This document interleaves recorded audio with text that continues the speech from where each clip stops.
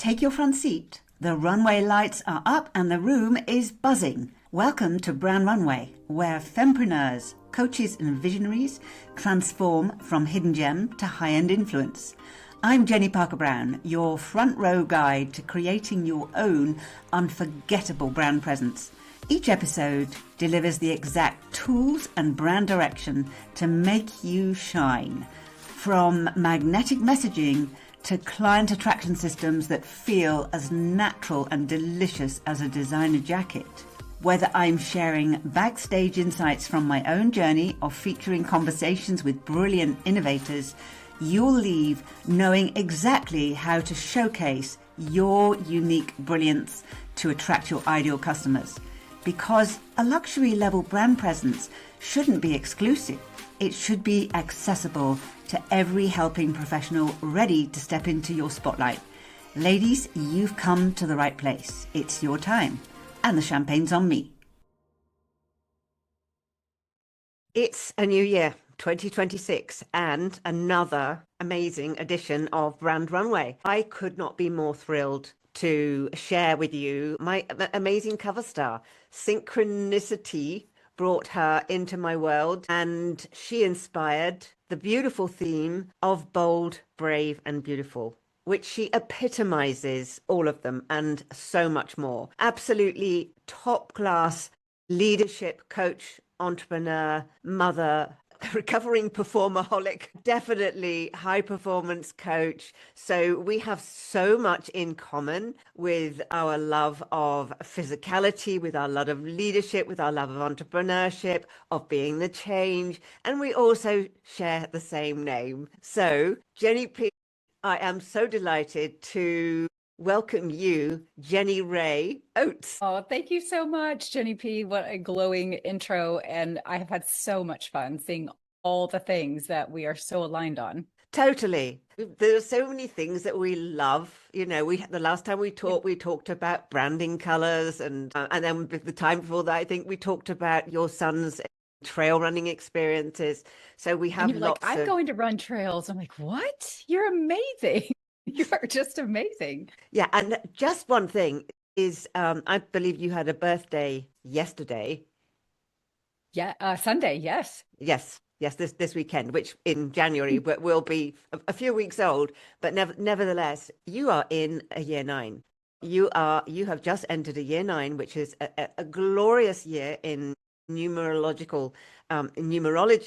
It's a beautiful completion cycle. So I'm going to be watching you, and I encourage our audiences to watch you absolutely take the global stage this year. Wow. I received that. Thank you so much, Jenny P.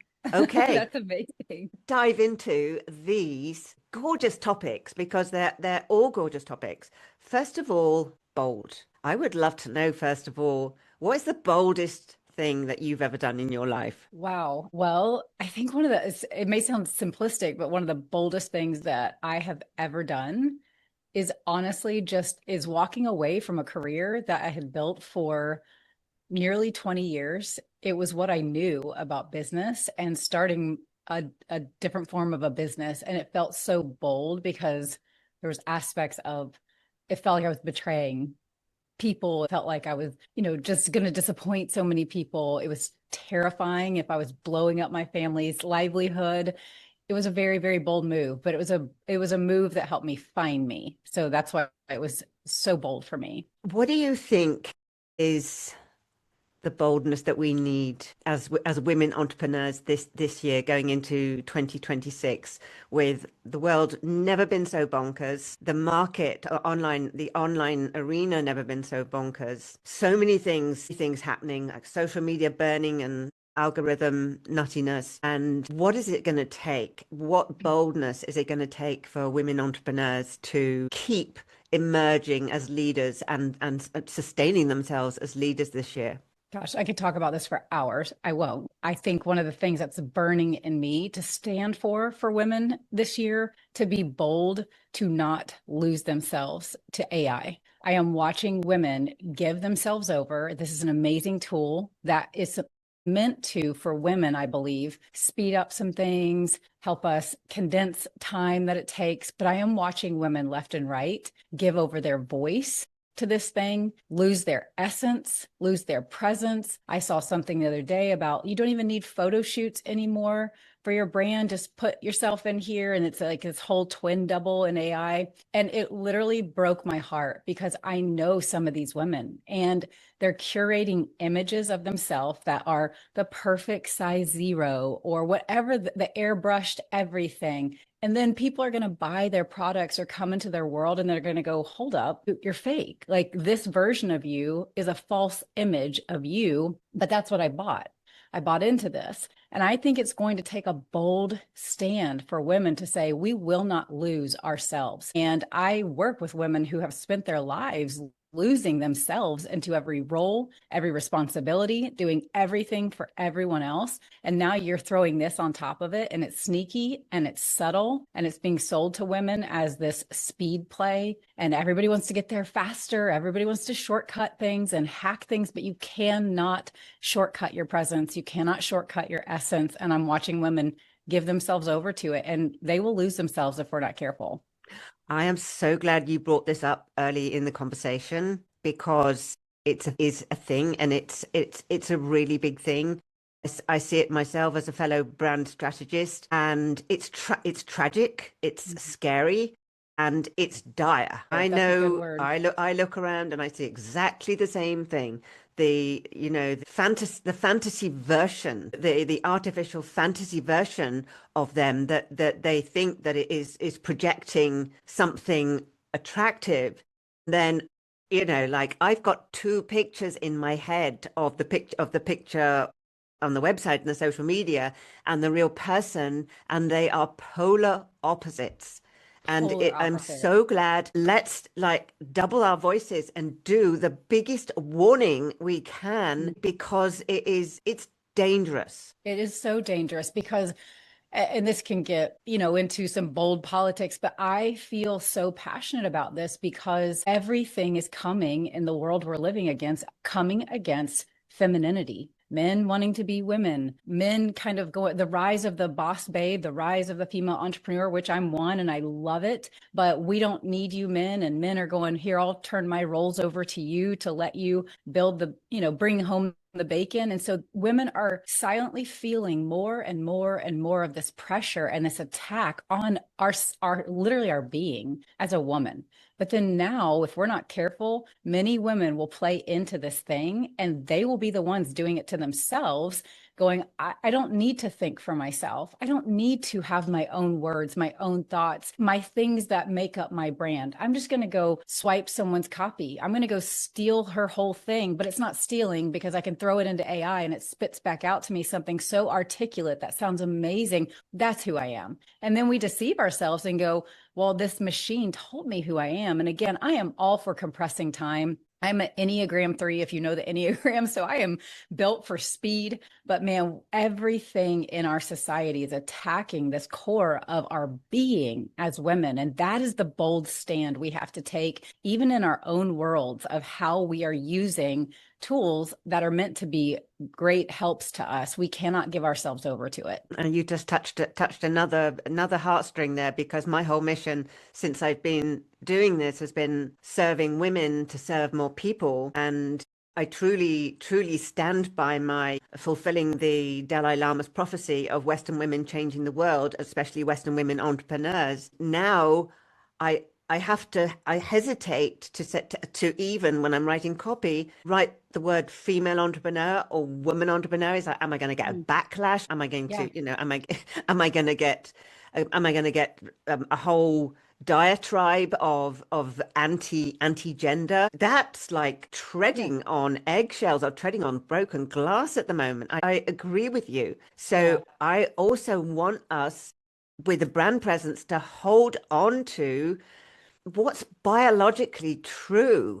And Jenny P, I feel like the work that you do is so vital for women, because I feel like you are holding the line. Like, through your brand runway, you're saying, I'm holding the line here. Like, this is a space for the rise of the female entrepreneur. Like, your passion for helping women really succeed and create that business that's an extension of their genius and learn how to monetize it and then go out and it's this ripple effect of impact and service to the world. We have to hold that line. We have to hold it for ourselves that no, this is our space and no one will take this from us. Yeah, and they have to understand how important that is.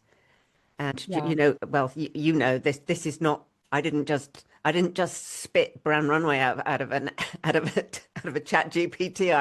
I did this has been 13 years in the Oh, making. You know, like yourself, like decades of foundation work. So let me just go to something that's incredibly related, which is bravery. Now, I know that you've had some tragedy in your life for which I know you must have had to be still very brave. Can you just share? Would you like to share something about that? yeah. I think all of us as women have had these moments in our life. I call them marker moments. And it's these moments that some of them take us higher, some of them take us lower, but every one of them, it's like it writes a story on your soul. It's almost like the timeline, the chronological timeline of your life starts at that moment. That's how marking it was or is in our life. And we orient our calendars around it. We think about it. And for me, that moment was May 2006 at 6:28. That is how much that moment marked me. I can remember every detail of that day. I was in the kitchen chopping broccoli, a normal Saturday evening with my kids. And, long story short, I found my son face down in his crib in a bed that was recalled a year later by Fisher Price, and he wasn't breathing. My husband tried to do CPR on him to no avail. And we lost our number 3 child that day. And I have 4 children. I've been blessed to raise 3 of them this side of heaven, but it took a lot of bravery. I think the brave, bold move for me was just getting up every day after that and saying, I just remember thinking as a 26-year-old facing this, that I won't lose my other children to a mom who wanted to just get back in bed every day and throw the covers over my head. I wanted to scream at the sun for shining. I was angry at the neighbor kids for laughing. Just nothing in my world felt okay. But I knew it was brave to just get up. I knew it was brave to show up. And sometimes that's the bravest move that we can do is get up and show up. But then there came a time when the brave, bold move for me, it was brave to get out of the house. And that was the season a couple years later that I birthed my first business. I started my first business not knowing anything that I was doing. And so I look back and my son's life was really the impetus for everything that I'm doing now, helping women rise into their next level, helping women walk through the fire of their story, turning that fire into their brave mood, not just in their own life, but how it's going to ripple out and become a fire for other people that they can serve. So I didn't know that, though. We don't know that when we're living the story. We just know I got to get through this moment, but I didn't want to just survive it. And that might sound cliche, but I truly wanted to live it. I wanted to model for my kids. You can make it through hard things and also cry and be with it and grieve, but you're going to make it. So that was the brave move.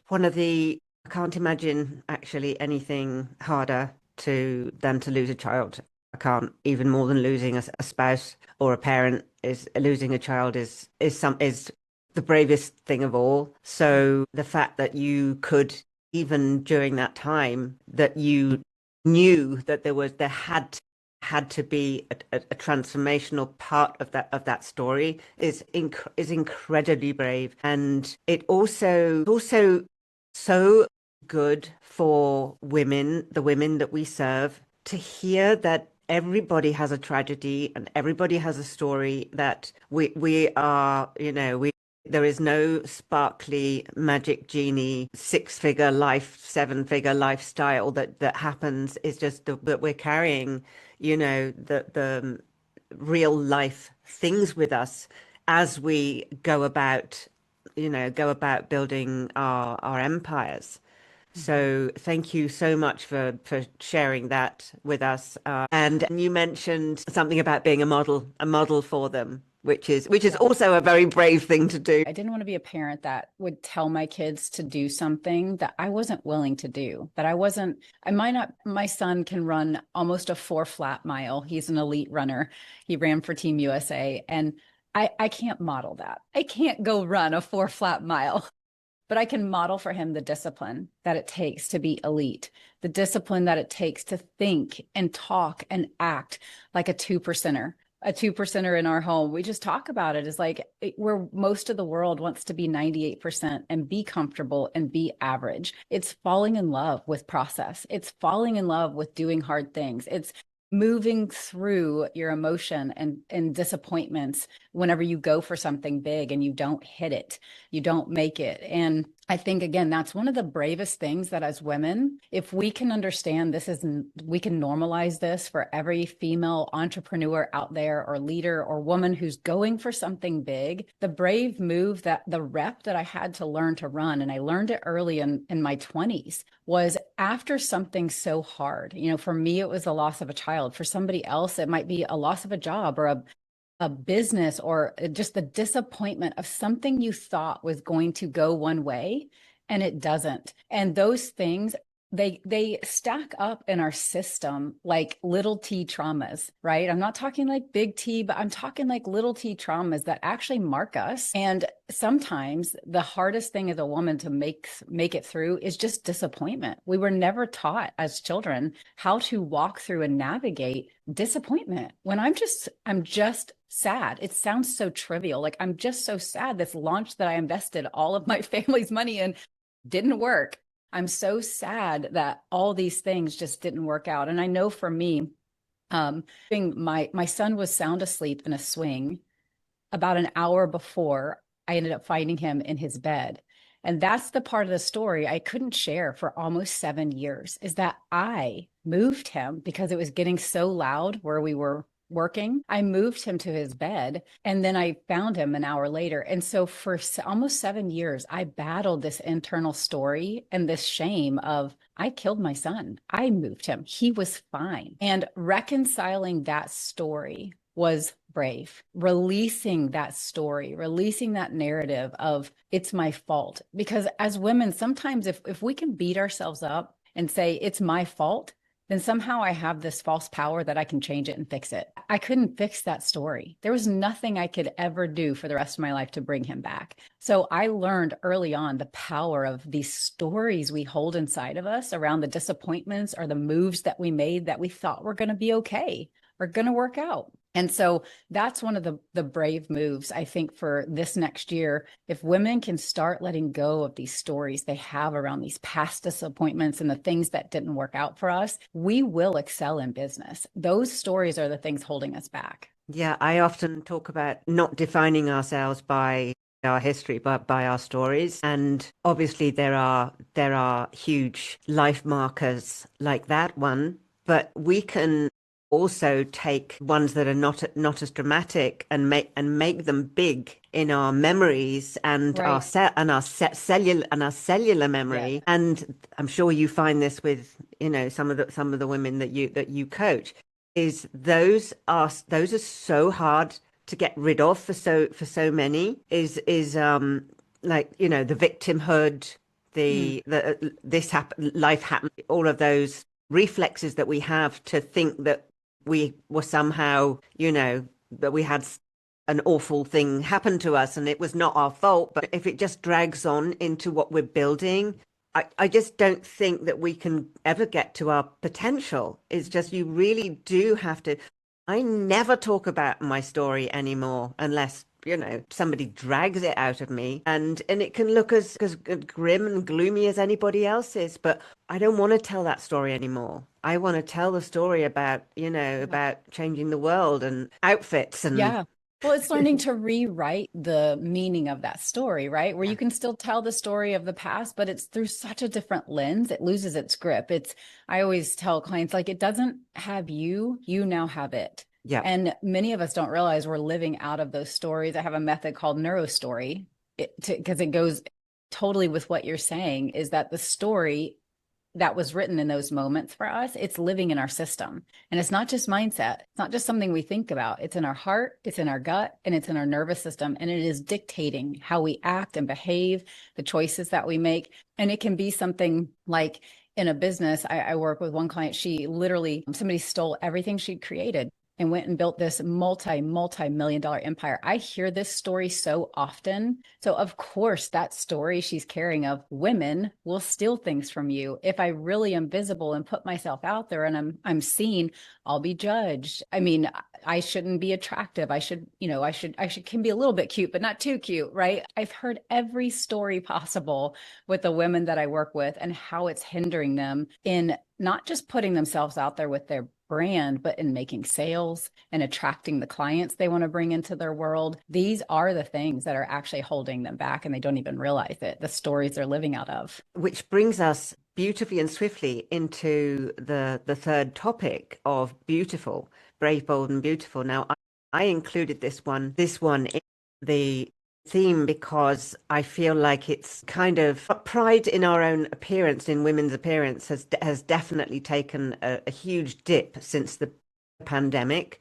And we're in this kind of very sloppy's who I am, and sloppy is fine. But I see the link between what you're talking about the cellular memory, because, and this is what I'd love you to talk into a little bit, is the aspect of well-being. You've been a top athlete, somebody for whom physicality is still important. I saw the pull-ups. I saw the pull-ups. Keep up with my kids. I was trying to get a model, right? So my first question is, what part do you think that the taking care of yourself, of your body, mind, body, soul, inwardly, outwardly, helps in scaling, in being a success, in rising? Oh my goodness. This is why I love you. Everything you say, I'm like, I just love you so much. We are so aligned. This is 1,000% attached. And, it's driving your success or not. Because you think about the sloppy woman who that's like the way she's constantly showing up. There is something in her that is probably wants to look like some of these other girls, women that she's seen, but because she believes she can't, why even try or why go after it? So I'll just make my brand about like, I'm just real. I'm just so authentic. I just never have to show up looking a certain way. But then she's behind the scenes or in my coaching groups complaining that she's not attracting premium buyers. Well, why? Because you're not carrying yourself with authority. You're not commanding rooms, even a Zoom room or a phone room, through your presence. And this is not about a curated presence. And I am big on this one because I spent so long living so much of my life outside of me, worried about how I was perceived, trying to craft and curate an image that you would buy into and believe I was something, believe through an image that I was something. But I became a shell of me. But I also realized that doesn't mean swing the pendulum the other way. And for me to be authentic, I have to just be sloppy and I can't ever wear makeup. And here I am. It's like, no, authenticity and vulnerability come from the inside out. So there's that piece of it. Now, on the physicality piece of it, it is 100% linked to your success. I was thinking the other day as I'm running I was running a really big hill. And I'm thinking, how many times in my business does it feel like I'm running uphill? This is why I train hills. Some of my friends are like, you're crazy. Why do you run in 15-degree weather? Because there is times where I feel frozen and I feel like I can't move. And when I simulate certain things physically that are hard or difficult, or I'm running in 95 degrees, and I'm foggy and it's hard for me to see straight. Are there times in my business I feel the same? Absolutely. So I can go back to these physical moments and go, I did that hard thing. I made it through that thing. So it's like training your body and also training your mind at the same time. There is so much linked in that, with pushing yourself, not as a woman pushing so far, overriding our limits when we know, okay, I think I need to stop. Many women I work with, they're really good at overriding limits and boundaries. I'm not talking about that. I'm talking about a healthy push like you do, right? Like you go out and you run trails and you get in nature and you get in touch with like these tangible things. We got to get out from behind these screens and we've got to get in touch with our bodies and wake ourselves up to life. There's so much more out there, and we can't do our best work if we are not flowing and healthy. Totally. And I was just remembering the latest, well, the trail of yesterday, which I haven't been running for a bit, and it was as hard as the hardest hill, trail race. And there is something about getting into the habit of doing that, as you talked about, doing it regularly, that also instills in the muscle memory is like, I can do this, I will do this. It doesn't matter how I do it. If I have to come back to walk, it doesn't matter. And then when you get in front of a business Yes. conundrum, or something that that you've got to solve or to build or to create for the next chapter of your business, this recognition of going over what's hard is already instilled in your muscle memory, in your mindset. Mhm. So yes, we could talk about this for hours Yeah. as Well, well. it's so important. Like I ran a race the other day and I literally mid-race, my son was pacing me. It was his last race of high school. And he's like, Mom, I'm going to pace you for this race. That's my claim to fame. I got to run his last race with him. But he mid-race, I remember having this thought that how nervous I was going into that race. I felt so nervous. I felt scared. I hadn't raced in a while. And the nerves were tied to how am I going to do? How am I going to perform? Can I perform at the level I want? And I had to let all that go. But I remember mid race thinking, it's crazy. I was thinking this in the race. This is exactly how I feel before I go speak. I was never a speaker. I was never somebody that got on stages and it just came so naturally. I always said, I'll never speak. I don't want to sell. I'll do anything in business. Just don't make me do those two things. Little did I know those are the two things you have to do and need to do. So I had to learn how to do them. However, it doesn't mean I don't still internally have that nervousness every single time. Before I go out on stage, you will find me in a bathroom going, oh God, help me not throw up. I got this. I can do this. But it's those moments of putting myself physically in situations that make me nervous that show me I can do this. I know how to calm myself and I have all these things I do to get there, but I have to have that physicality to remind my muscles I can do this, whether it's speaking or anything else. Yeah, I agree. I think comfort zones should be luxuries. Everybody's talking about just like getting into the comfort zone and everything being flowy and easy. It's like, no, actually. So I would love I remember when we were talking a few weeks ago we were talking about your brand, and we'll get on to that. And you were talking about that it wasn't particularly natural for you to like be wearing makeup and to have this, to have this absolutely stunning, glamorous, appearance. It's not an appearance, it's who you are. But your image is beautiful and polished and you're just glorious. But I think you said something like it was not natural to you. Yes, I love this. So I was a athlete my whole life. I had a sister 16 months older than me who was extremely good at basketball. She went on to play Division I at a big university here in the US. And I was just always kind of chasing that, right? And so all these years, I knew how to sweat like the boys. I knew how to play with the boys. Like that was my comfort zone, was playing on the playground with the boys. And I remember like off to the side, always watching the pretty girls or the cheerleaders and thinking, this is why I could tell that story, thinking I'll never be like them. I'll never look like them. I don't know how to do that. My mom didn't really wear makeup, maybe occasionally put on a little mascara. I didn't know what powder was. I didn't know what any of these things. I'm like, concealer, what? Like, I don't know what any of this stuff is. And come college, I remember seeing this girl who had sparkly eyeshadow on. And I remember just staring at her thinking, oh my gosh, she's gorgeous. And we were friends enough for me to get up the courage. I had to be brave as this 19-year-old girl. I remember walking over to her and I was shaking. And I start to ask her, will you show me what I'm trying to get out of my mouth? Will you show me how to do that? And I cannot even get it out of my mouth before I start sobbing. And she's like, what is wrong? And I'm like, I don't know how to do that. And I'm terrified. I had so much shame that I didn't know how to put on eyeshadow. And she's like, I would love to. She was an artist. And she's like, it's just like painting your face on your face. So she was thrilled to just pass on this skill to me.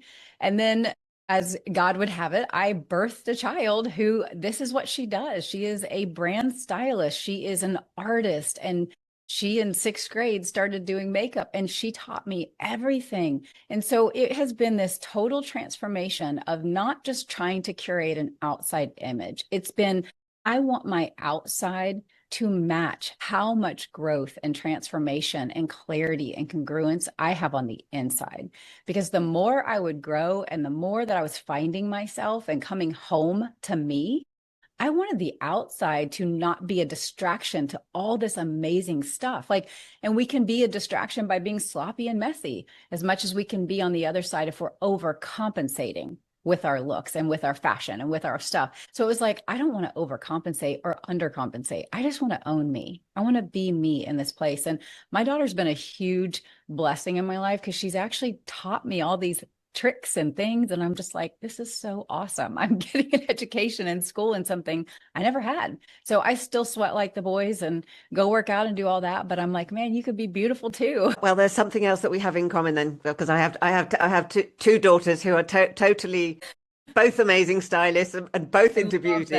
And yeah, so this brings us beautifully onto the topic of beautiful. No, branding. Branding, we've done beautiful, is branding. How do you find your audience serving these emerging leaders, these transforming leaders? How do you find they understand the concept of branding, and how do they take to it? Do they think that it is this superficial thing of a website, colors and design and things like that? Do they understand this transformational part? I would love to know how your audience take to the branding part. Yeah, I find that most of the women that I work with, they're building businesses. They don't always understand that the acceleration, the gasoline on the fire of that business is when you build a brand, but not just a brand of colors, not just the superficial external things, because you can have the best website, you can have the right colors, but but what I do is I help build the woman behind the brand. I help her embody it down and create this monetizable brand system. And so I don't feel like she always knows that. She just knows coming into my world that it's just like disconnection. She's chasing selling offers. She's been successful and she's had success. It just feels so scattered and she is pulled in a million directions. And so she typically thinks, I just need better systems. And if I could just get more organized and operational. And I'm like, no, it's creating this synthesis of what you're doing, flowing out of who you are. So I don't think she always knows that's what she needs. It's what she gets. But again, I think most women are just thinking they're building a business, or a brand is just all the external things, the design. Yeah, absolutely. That is the general view of when you talk about personal branding, is the website and the externals. And I know, like yourself, it's the embodiment part. It's the personal transformational part that becomes the essence of who they are and their gifts, the gifts they're bringing to the world, and who they're serving. I wanted to get your own, because it annoys me when I hear the conversation about branding in the marketplace, and especially from web designers. It's like, no, that's not branding. That's purely a communication in your web presence. The branding is so much more spiritual and as well, strategic and tactical, but also energetic. Would you agree with that? %. I don't think I would have said that even maybe 8 years ago. I don't think I would have been able to articulate it. I can look back and see that I was always doing it because I was working in, network marketing was how I got my start. And we were the top 2% of 2 different companies. And so you're here representing this company brand. That's the context over you, is like, I sell X brands products. But I learned as a 20-something-year-old, how do I stand out in a sea of sameness? Everybody's got the same title. We're all wellness advocates. We're all this. I can't go out there and brand myself that way. And I work for X company because everybody will say, I've heard of that. So within those companies, I always created a brand. And again, I didn't know what I was doing then, but I was actually kind of like ahead of the time somehow. I created a brand around an identity of who my person would become if they worked with me. And so that was the sell, was not this product or not said company. It's when you come work with me, you are going to become someone different. And I believe that is what so much personal branding is about, is who is the woman you want to become to create and attract the business you want to have, that is so much of the essence, the energetic frequency that your brand is giving off. Like, we are all like signals. We're giving out signals somehow of our brand, very key words that people would think of when they think of us. But those aren't just words we pick, like they're an energy we carry. So if I am faking it till I make it, if I am sloppy, if I'm all these things, though, that's the energetic presence I'm presencing my brand with. And so it's not just personal branding, it's like presence branding. It is very energetic. I feel like there's been a stream of consciousness that sort of happened 45 years ago and 67 years ago and landed in two different places because like sometimes you say things also that I'm like, she's just saying what I say, which is yes, I know. It's just wild. I mean, I have listened to you too, and I'm like, we are so aligned on how we see branding and the woman behind the brand and what has to happen inside of her to make the external beautiful. And it doesn't have, this is one thing I encourage women with all the time. Some women are saying, well, I'll work on all that stuff when I've achieved this rank, when I've hit this number, and I'm like, no, your brand is what reveals you. Start building the brand the way you want, because it will elevate you as the woman to be this. Don't wrap your brand around who you are today. Decide who you want to be. Decide how you want to show up in the world, the presence, the essence, the energy you want to put out there. That is like a moth to a flame. Like,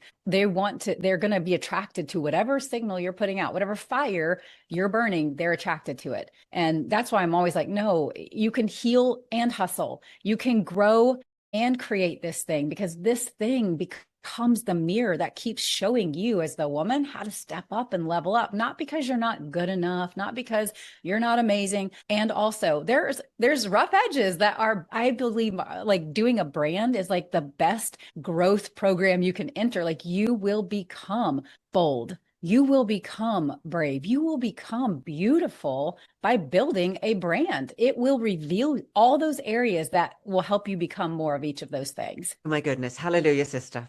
Passionate about it. I know. It's just like bringing the two voices together. I'm to amplify this message is just doing my heart such good. Okay, one final question. You haven't had any time to rehearse, and it's my favorite question. So just be spontaneous. If you had I don't know, the biggest megaphone in the world, and you got a couple of minutes to stand on the top of the Empire State Building or the biggest mountain in the world and broadcast to the people, especially the women entrepreneurs, in like just 1 minute, what would you say to them? When you rise and stop dimming that fire, everything else and everyone else in your life rises too. It starts here with your own rise. It starts with you no longer dulling that fire that's inside of you, but it starts with you healing the fire you've walked through so that you can create something so fiery, so warming, so inviting. We think about fire. Fire can destroy, it can be destructive, or it can be healing, growth, life. That's what I would say with a megaphone is heal the fire you've walked through so that you can become a fire that becomes a movement that invites other women into that so that they can rise. It's not ever just for us. Your rise is not just for you. It is for everyone and everything else in your life. Amazing. Thank you so much. Thank you so much, Jenni Rae. This has been just a joy. It's been like playing with a twin in the sandpit. I love it. In the sandpit of stellar success. Fly across the ocean and meet you in person and go for runs together and go shopping. Of course, we'll do that too, and all the fun things. All the fun things. Meanwhile, I know that you will join my heart in supporting all of these women out there, the women entrepreneur, change maker, needing, this kind of support, my platform, your platform, to do their stellar work in the year. So I am wishing you the most glorious 2026 and beyond. And it's just been such a pleasure being in your space. Thank you so much, Jenni. I appreciate you. Thank you for having me. It's been an honor. Lights down. That's a wrap on today's Brand Runway collection. I hope you're filled with inspiration to step into your spotlight and claim your place as the sought-after and fully booked up changemaker you're meant to be. Remember, your gifts and the value you bring to the world are pure gold.